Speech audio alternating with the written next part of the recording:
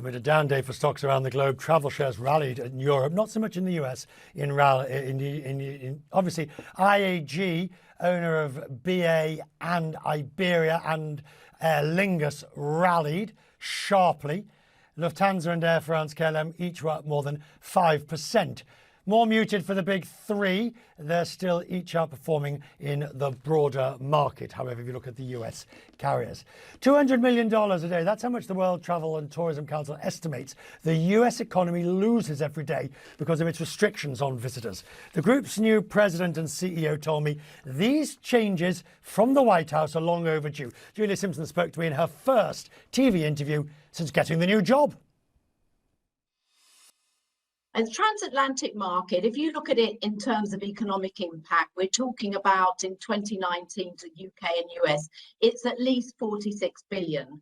And you've got to remember that's a piece of the pie where you have got an annual gross benefit to the global economics of about 10 trillion from travel and tourism.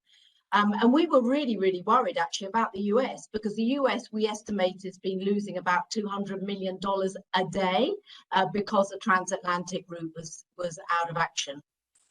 And so this is going to take some time to introduce.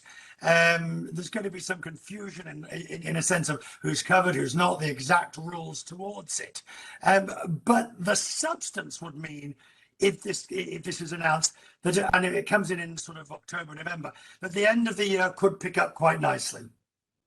Exactly. And as you know, Richard, the end of the year is very, very important for business travel, and also moving into the Christmas season. So it's a really critical time. Once this bit of the jigsaw is put in place, what do you need next? You know, what we need next is, I fully understand that governments have had a very internal focus as they dealt with this pandemic, but we want them really to lift their eyes now and look internationally. You know, the pandemic of its own has, cost lots of lives in terms of health, but now the economics are beginning to kick in. We've got to remember, still globally, there are vast parts of the world, Australia and New Zealand, that's still closed almost completely to travellers. Europe and the UK are doing quite well. There are a lot of green shoots. People are travelling a lot. And why I particularly welcome this is it was a little bit illogical, if I may say. Mm-hmm. You know, you could have US travellers travelling to the UK and Europe, mixing freely in UK and Europe and then going home, but you couldn't have, say, the UK, where you've got 80% vaccination rates among the adult population traveling to the US. So that kind of illogicality is now going to be wound out, and that's really good news for us. I wonder when we look at this, how much of the damage that's been done, this lack of coordination, how much can be repaired, do you think?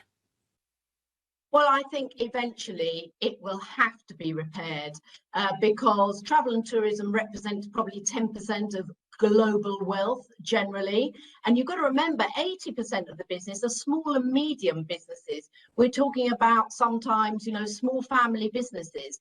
And in parts of the world, they have literally been decimated. They cannot even put food on their tables. So, we need to deal with this, and we need to deal with it urgently. And if people do have vaccinations, I think it's time for countries not to look country to country, but look at risk according to individual.